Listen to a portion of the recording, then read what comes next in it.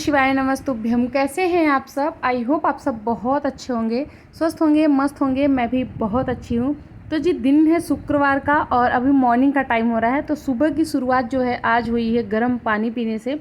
यहाँ पे अभी आज मैं नहाई नहीं हूँ क्योंकि आज मुझे मेरे घर की सफाई करनी है। मतलब पूरे घर की सफाई करनी है, तो इसकी वजह से मैं नहीं नहाई हूँ। क्योंकि नहाने धोने के बाद फिर साफ़ सफाई करो, फिर से नहाओ धो, तो वो मतलब डबल काम पड़ जाता है। तो मॉर्निंग में मैं पानी पी ली थी, उसके बाद फिर मैं अब झाड़ू लगाना स्टार्ट की हूँ। मॉर्निंग का जो पहला झाड़ू होता है वो लग चुका है, मम्मी लगा चुकी थी मॉर्निंग में ही। अभी जो है मैं लगाना स्टार्ट कर रही हूँ। तो सबसे पहले मैं अपने रूम से ही लगाना शुरू कर रही हूँ। मॉर्निंग के टाइम पे सुबह में अच्छे से जो है झाड़ू नहीं लग पाता है पूरे घर में, क्योंकि बहुत जल्दी होती है, तो इसकी वजह से डीप क्लीनिंग नहीं हो पाती है। तो अभी जो है मैं पूरे घर में झाड़ू लगा रही हूँ। सबसे पहले मैं अपने रूम से झाड़ू लगा रही हूँ। पहले मतलब ये जो बड़ा सा बक्सा दिख रहा है, इसके नीचे, अलमारी के नीचे, बेड के नीचे, ये सब मैं बहुत अच्छे से क्लीन कर ली थी। क्लीन करने के बाद फिर मैं झाड़ू लगाते हुए अभी आ गई हूँ मैं किचन के साइड में। और मेरा घर जो है ना वो बहुत बड़ा मेरा घर है। मतलब मैं जो है होम टूर दूँगी जल्दी ही आप लोगों को। तो घर जो है ना वो बहुत ज़्यादा बड़ा है, तो इसकी जो सफाई होती है ना वो रोज़ रोज़ नहीं हो पाती है कि रोज़ ही पूरे घर की साफ़ सफाई हो जाए। हफ्ते में एक बार मतलब ऐसे होता है, महीने में एक बार पूरे घर की सफाई होती है। और जो रोज़ की सफाई है, जैसे किचन साफ़ करना या फिर रोज़ रेगुलर झाड़ू लगाना, पोछा लगाना, ये सारा काम होता रहता है। क्योंकि घर जो है ना वो बहुत बड़ा घर है। जितना हमारे शहर में, मतलब जहाँ मैं रहती हूँ, जहाँ 2-3 घर मिला के होंगे, मतलब ऐसे अगर सब कुछ सारा एरिया में देखूँ तो शहर में जितना 8 घर मिला के 7 घर होगा ना, उतना तो मेरा खुद का अकेले का घर है। बाहर जो मेरा दुआरा है वो भी बहुत बड़ा है। जिस घर में हम लोग रहते हैं ये भी बहुत बड़ा है, 8-9 रूम का ये घर है। उसके साइड में जो हमारा किचन एरिया है, वॉशिंग एरिया है, वो सब एक्स्ट्रा है, अलग से बना हुआ है। जैसे ये मैं झाड़ू लगा रही हूँ ना, ये सीढ़ी का साइड है, ये मतलब ये बैक साइड है हमारा किचन वगैरह जो है। तो आज की जो वीडियो है ना वो कोई वेट लॉस की वीडियो नहीं है। आज जो है मतलब क्लीनिंग की ही वीडियो है। क्योंकि वेट लॉस जो है वो तो मैं जो खाने पीने का है वो तो मैं साथ में दिखाती रहूँगी कि मैं पूरे दिन में क्या खाई हूँ, क्या पी हूँ। एक्सरसाइज आज मैं नहीं की हूँ। एक्सरसाइज तो हमारा ऐसे ही हो गया, क्योंकि जो घर का काम है बहुत ज़्यादा काम हो गया था। मैं और मेरी दीदी हम दोनों मिलके काम किए थे। और मतलब आपको बताऊँ तो दोपहर के 2-2:30 बज गया था काम करते करते। ये मॉर्निंग के 8:30 बजे ही मैं स्टार्ट करती थी काम करना। खाना बन चुका था, मेरे बाबूजी खाना वगैरह खा के वो चले गए थे अपने जॉब पे। उसके बाद जो है अब मैं घर की क्लीनिंग कर रही हूँ, क्योंकि मतलब जब बाबूजी थे ना तो फिर अच्छा नहीं लग रहा था उस टाइम पे करना। तो अभी वो चले गए थे, उसके बाद फटाफट से मैं शुरू की हूँ।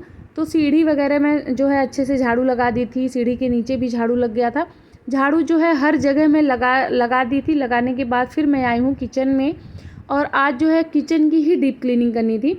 यहाँ पे सबसे पहले मैं फ्रिज साफ़ कर रही हूँ। फ्रिज के जितने भी पार्ट्स थे वो सारा निकाल के मैं आंगन में रख के आ गई हूँ। उसको बाद में मैं धुलूँगी। और इसमें थोड़ा सा गर्म पानी है, गर्म पानी में थोड़ा सा सर्फ़ डाली हूँ। उसके बाद जो है इसको रगड़ रगड़ के मैं अच्छे से साफ़ कर रही हूँ। फ्रिज ना थोड़ा सा गंदा हो गया था। कल की वीडियो में कमेंट था कि मतलब राधिका मौर्य जी का, कि दीदी मेरा ना वेट लॉस नहीं हो रहा है, इंचेस मेरा लॉस हो रहा है। वज़न कम करना और इंच कम करना दोनों में क्या फ़र्क है? तो डियर, आपका तो बहुत ज़्यादा अच्छा है कि आपका इंच कम हो रहा है। इंच कम करना वेट लॉस करने से भी ज़्यादा टफ होता है। वज़न तो हमारा कम हो जाता है लेकिन हमारा इंच लॉस नहीं होता है। इंच लॉस और वेट लॉस में अंतर ये है कि जब आपका वज़न कम होता है तो आपके पूरे बॉडी का वज़न कम होता है, ना कि किसी एक जगह का। और जब इंच कम होता है तो जैसे आपका बाजू हो गया, पेट हो गया, मतलब जांघों का ये एरिया कम होता है। जैसे अब मैं बता दूं आपको, जैसे हमारा बाजू का जो नाप है वो अगर आपका 6 है, 6 का डबल होता है 12। अगर आपका 6 है तो जब वो कम होगा तो 5 या 4 होगा। आई होप आप समझ रही होंगी, मैं उदाहरण ही दे रही हूँ। तो जैसे आपका 6 लग रहा है और अगर 4 लगने लगा तो वो इंच लॉस हो रहा है। और जब वज़न कम होगा तो वज़न में आपके कपड़े का नाप वही होगा, बस जो आपका एक्स्ट्रा फैट है जहाँ जहाँ बॉडी पे वो कम होता है। वज़न कम करना आसान है लेकिन इंच कम करना आसान नहीं है। तो आपका तो बहुत अच्छा है कि आपका इंचेस लॉस हो रहा है। जब इंच लॉस होता है तो बॉडी जो है वो शेप में आती है, तो बहुत ही अच्छी बात है। मेरा भी 6 इंच कम हुआ है। पहले के अकॉर्डिंग में बहुत ज़्यादा बॉडी शेप में आ गई है। तो ये कमेंट ना परसों का था, तो मैं सोची आज की वीडियो में मैं इनके कमेंट का रिप्लाई दे दूँ। यहाँ पे जो है अभी मैं पर्दे उतार रही हूँ, पर्दे भी साफ़ करने था। मम्मी बोल रही थी दिवाली का ही पर्दा वर्दा सब धुला हुआ है, और मैं मशीन लगाई थी तो इसकी वजह से पर्दा है घर में, जितने भी चद्दर थे, बेडशीट वगैरह, मेरा था, मम्मी का था, बाबूजी का था, सबका जहाँ जहाँ बेडरूम है तो सारे बेडरूम के सारे बेडशीट मैं निकाली थी, सब कुछ आज मैं धुल दूँगी। यहाँ पे मेरी दीदी भी लगी हुई हैं मेरे साथ में ही। दीदी के ना हाथों में थोड़ा सा दर्द होता है, मेरे राइट वाले हैंड में उनके।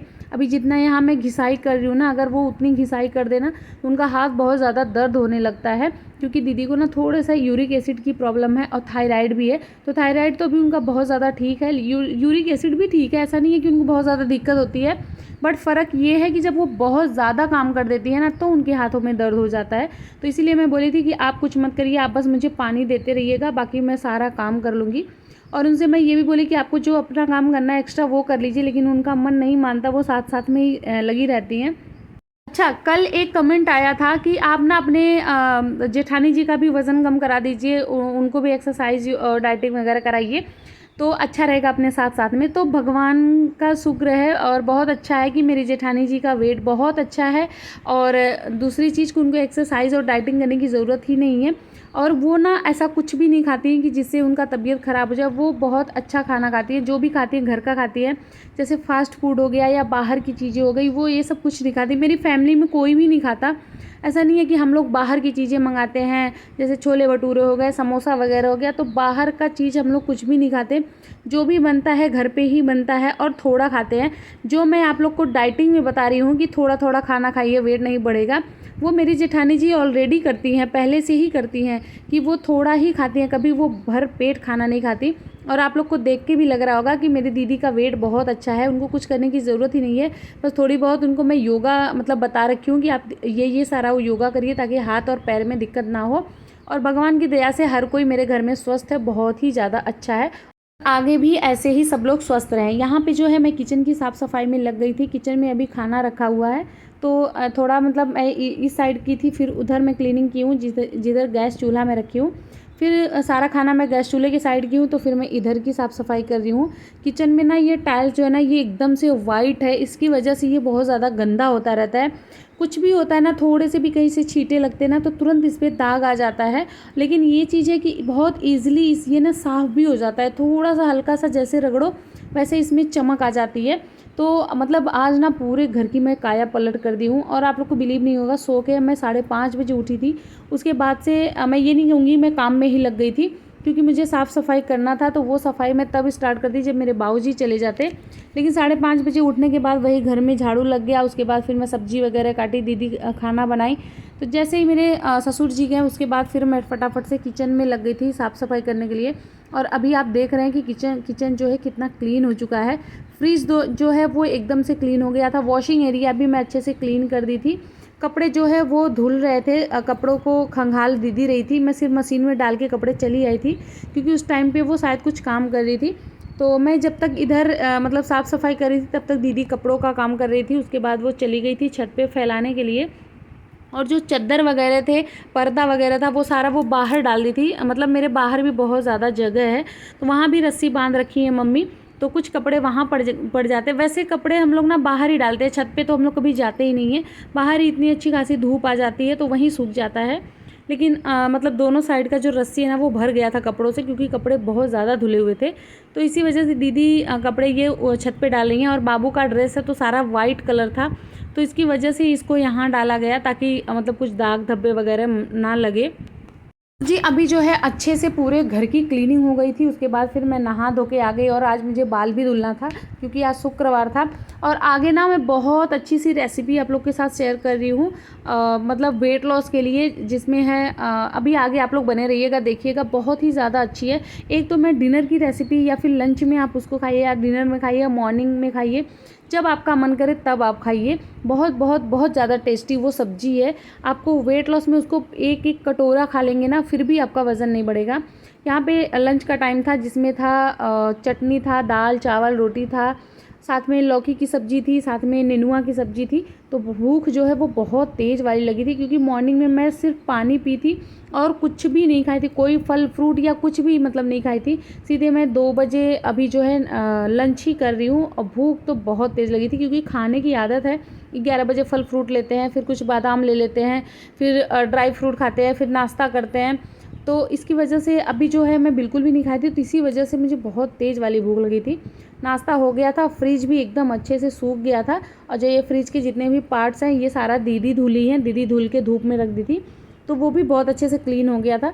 तो मैं सोची कि अभी मैं इसको अच्छे से सेट कर देती हूँ, क्योंकि फ्रिज का सारा सामान बाहर था, जिसमें मलाई वगैरह भी था, तो वो ख़राब हो जाता। तो इसी वजह से मैं फटाफट यहाँ पे सेट कर रही हूँ। मम्मी भी पानी वगैरह शायद लेने आई थी।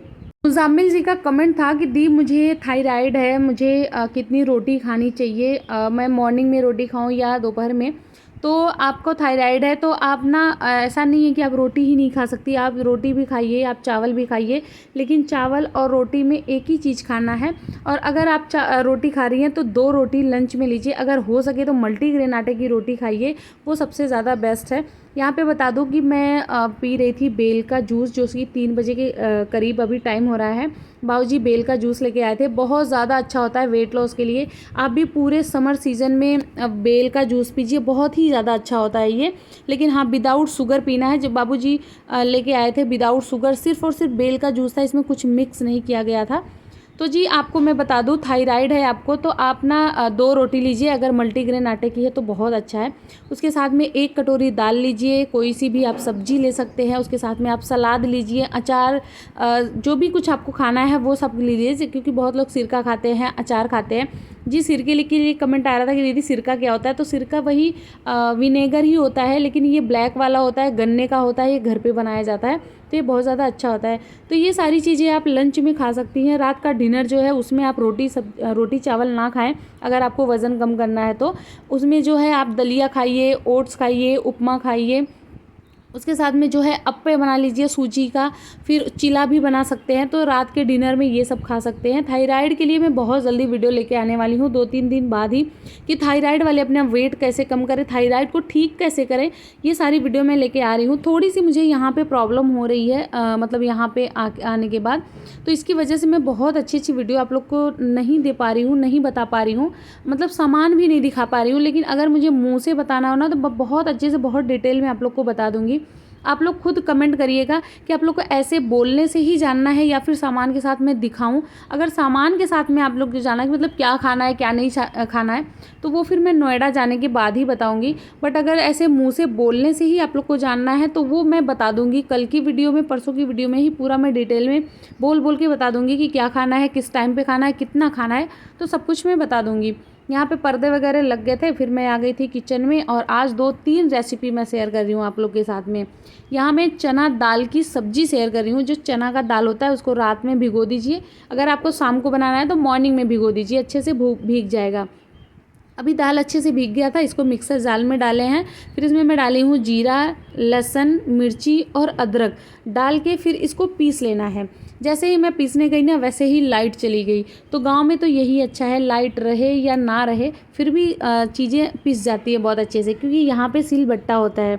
और मुझे ना सील बट्टे की चटनी हो गई या सील बट्टे का कुछ भी बहुत ज़्यादा पसंद है, क्योंकि मैं बचपन से यही खाते आई हूँ। बहुत पहले मिक्सर वगैरह नहीं था, तो सब लोग सील से ही पीसते थे। अभी जैसे ही मैं दाल वगैरह धो रही थी ना, वैसे ही मम्मी आई हैं, बोली हैं कि लाओ मैं पीस देती हूँ, मिक्सर वगैरह छोड़ो।